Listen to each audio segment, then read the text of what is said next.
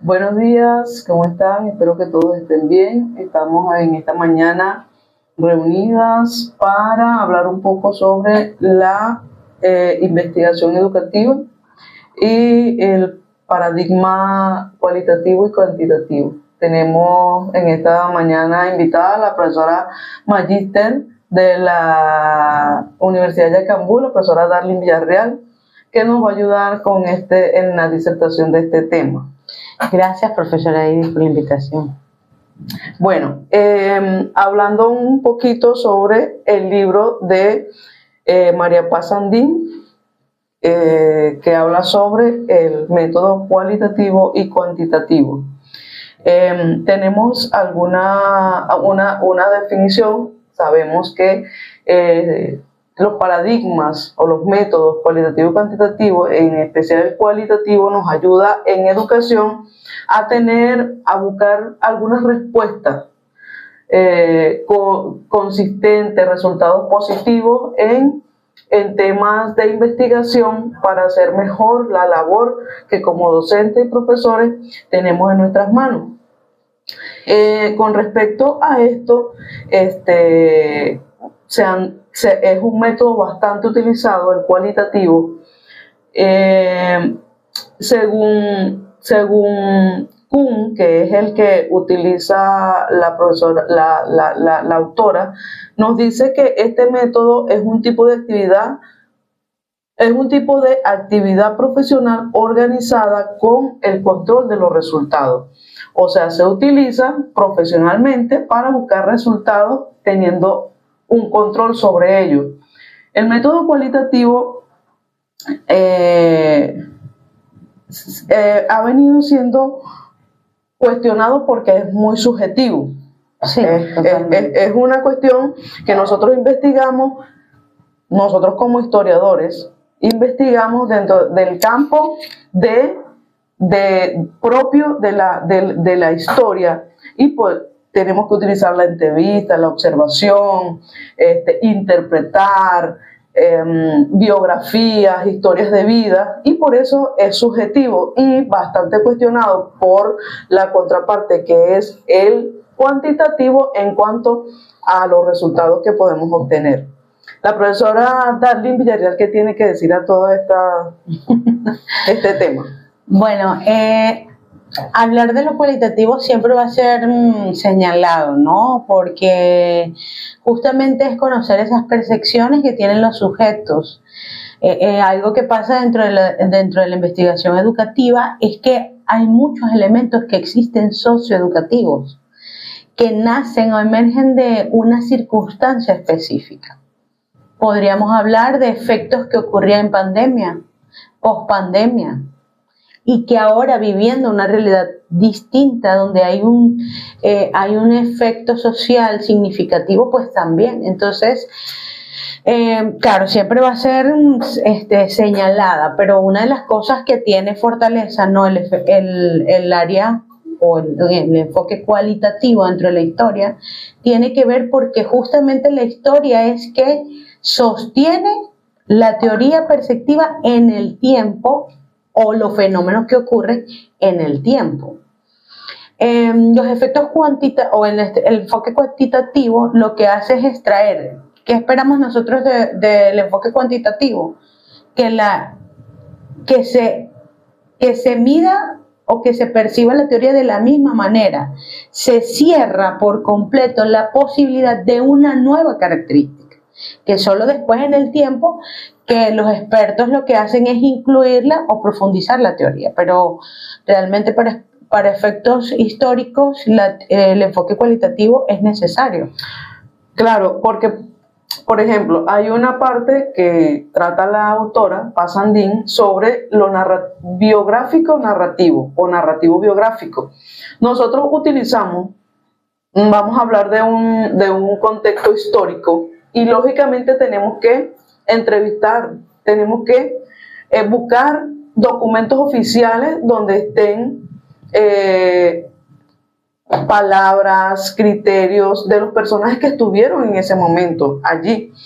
Y por eso se habla de interpretativo. Estamos tratando de interpretar lo que esas personas en su debido momento realizaron, pero dándole todo un enfoque metodológico, sacando, extrayendo lo que sea mejor para dar peso a nuestras investigaciones. Y eso se ha mantenido, el enfoque, el paradigma cualitativo se ha mantenido durante muchísimos años y ha dado buenos resultados. Tanto así que la observación, dice María Paz Andín, que la observación ya se está tratando como un método, no como una técnica, sino como un método de observación para hacer las investigaciones científicas. Realmente la estructura, que ahí es donde se cae cualquier teoría, la autora realmente tiene mucha razón, ¿no? Cuando expresa que la observación también se va a tomar como método científico. Y es porque es que nosotros prácticamente que cuando hacemos un estudio de investigación y utilizamos la observación, esa es una forma en que nosotros de una vez diagnosticamos. Esa primera visión que tenemos del problema se está presentando. Y lo que hacemos, por lo menos en el estudio cuantitativo, buscamos es un instrumento que mida lo que nosotros estamos observando, ¿no? Y en cualitativo lo que hace es que darle nombre a lo que estamos observando. Entonces, y seguimiento. Que en el cuantitativo observan y de una vez van directo. Ajá, exactamente. En cambio, en el cualitativo le damos seguimiento a ese problema que estamos observando, aplicando otras técnicas y otras herramientas para poder dar la respuesta o buscar los resultados que queremos. Ahora bien, dentro de este capítulo, la autora da una síntesis de algunas características que tienen los paradigmas de investigación. Y ella se basó en La Torre, el autor en La Torre de 1996. Y habla sobre las dimensiones. Por ejemplo, el positivista tiene fundamento positivista, lógico y empirismo. Eso es lo que utiliza el cuantitativo, ¿verdad? Positivismo, lógico, empirismo. El interpretativo, fenomenología y teoría interpretativa. Y el sociocrítico, teoría crítica. La naturaleza de la realidad es otra dimensión, dice, es objetiva, estática, única, dada, fragmentada y convergente. En el paradigma interpretativo es dinámica, múltiple, holística y construida y divergente. Y en el sociocrítico es compartida, histórica, construida, dinámica y divergente. Creo que todos estos aspectos que ella utiliza son importantes para la investigación cualitativa. Estamos hablando específicamente, o vamos a hablar específicamente en educación. Usted como docente que tiene años de experiencia, ¿cuál cree que es el más adecuado o el que más se usa? ¿El cualitativo o el cuantitativo en educación? Bueno, eso también tiene que ver con la preferencia del investigador, ¿no? Pero el estudio, el enfoque cualitativo es el más acertado para estudios socioeducativos, porque esto da, como lo comenté anteriormente, esto da una percepción de la comunidad, ¿verdad? Del escenario educativo, da un efecto en este momento, ¿no? Y si lo llevamos a aspectos históricos, si esta misma frecuencia se presenta en todos los años o en todos los periodos, pues nos está arrojando una permanencia conductual. ¿Y en su experiencia? ¿Cuál es el que...? En mi experiencia como psicóloga, ¿no? Nosotros tenemos instrumentos de medición bastante profundos donde nosotros buscamos es medir el comportamiento y las percepciones de los sujetos. No tenemos como una limitación, ¿no? De cuál es el que mayor sustenta, pero nosotros sí tenemos la forma en que nosotros medimos la necesidad. la forma en que nosotros medimos a través de estos instrumentos psicométricos es totalmente distinto o más profundo. Puedo citarte algún autor, Hernández Fernández Batista, habla de la diferencia en los aspectos psicológicos a otras ciencias, ¿no? Porque profundiza elementos que no lo hace otras ciencias. Y por eso te digo que tiene que ver más que todo con el investigador. Hay psicólogos que son muy cualitativos, que son críticos bajo los efectos sociales.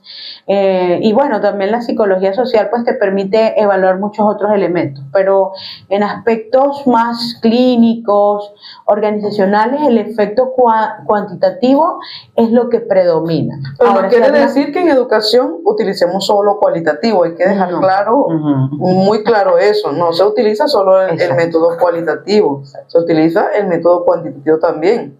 En muchas investigaciones científicas se utilizan ambos métodos incluso. Sí, yo entiendo que tiene que ver con el efecto de que utiliza más el cualitativo porque hay más expansión creativa, o sea, hay más elementos dentro de la comunidad educativa que te va a arrojar lo cualitativo, que lo cuantitativo cierra, ¿ok?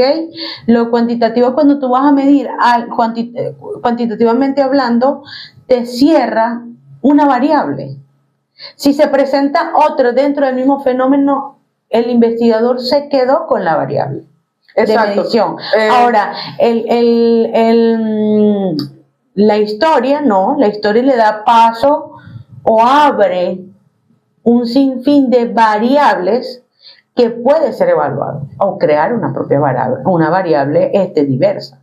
Entonces, a eso es lo que me refiero, que sí, entiendo que hay estudios cuantitativos a nivel educativo o a nivel de ciencia, de historia, pero sí, entiendo que su fortaleza, el método cualitativo es expansivo. Sí. Es expansivo. Por ejemplo, yo como mi investigación histórica me permite expandirme hacia otras cosas que lo cuantitativo es como rígido, cerrado, ¿verdad? Incluso la autora da algunos atributos tanto del paradigma cualitativo como el cuantitativo. Vamos a ver si usted está de acuerdo con algunos de estos. Dice que en el método cualitativo, fenomenologístico y comprensión, interesado en comprender la conducta humana desde el propio marco referencial de quien actúa. Y el cuantitativo dice que lógicamente positivismo lógico y busca los hechos o causas de los fenómenos sociales presentando escasa atención a los estados subjetivos de las personas, que es una grandísima diferencia entre ambos paradigmas. Por eso decía pero no es que no lo podemos utilizar. No, para nada. Vamos a hablar, por ejemplo, de mi trabajo investigativo sobre la cultura de Cabudare, sitios históricos culturales de Cabudare.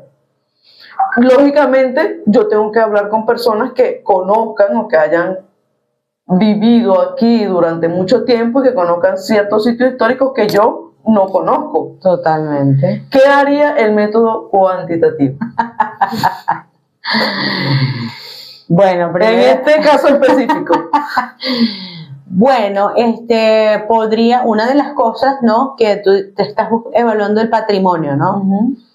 Primero cuantificar a qué se llama patrimonio. Podríamos cuantificar a qué llamamos patrimonio, qué características posee el patrimonio, y eso podríamos estandarizarlo. Qué características, si son solamente históricas, si son culturales, si tiene cuántos años de permanencia para considerar lo que es un patrimonio. Por eso no nos desligamos. Me da risa la pregunta, porque esto, pues bueno, a una persona que utiliza mucho el método cuantitativo, y ahí es donde tú dices, oye, o sea, nada más vas a medir eso cuantitativamente. No, pero sí necesitamos el método cualitativo para dar paso a otros elementos que se están midiendo. A lo mejor te das cuenta, el efecto cuantitativo, tú nada más mides aspectos educativos, conocimiento. Yo puedo medir cuantitativamente el conocimiento que tienen los habitantes de la población de Caudare, ¿verdad? Puedo evaluar cuál es el conocimiento según el patrimonio. Eso me puede arrojar, vamos a fantasear sobre un resultado, que el 50% de la población conoce, pero el otro 50% no. Y cuando nos vamos a los datos sociodemográficos, nos puede dar también unas características interesantes, por ejemplo, si tiene que ver con las edades de la población. Entonces sí, o sea, te puedo decir que sí se mide, ¿verdad? Ahora entiendo que tu estudio, ¿verdad? ¿Qué quiere profundizar tu estudio? Pero ¿aspectos cuantitativos o cualitativos? Pero fíjate que aquí entramos en una característica súper importante de la que habla la autora, que es que el método cualitativo está orientado en el proceso y el método cuantitativo está orientado a los resultados. Totalmente. Entonces, por eso te digo que 50%, ya te dije los resultados. Mi investigación va orientada en el proceso, en ese proceso cultural, en ese proceso patrimonial, ¿no? Educativo, de reconocimiento educativo, ¿no? Exactamente. De aprendizaje, de enseñar. De enseñanza-aprendizaje. Entonces, en cambio, si yo usara el método cuantitativo, como tú dices, tendría que buscar una escala de cuánto saben de patrimonio cultural o patrimonio histórico y ya. Para darte un ejemplo de cómo podríamos transformar tu estudio, yo podría hacer un estudio experimental o cuasi experimental, ¿no?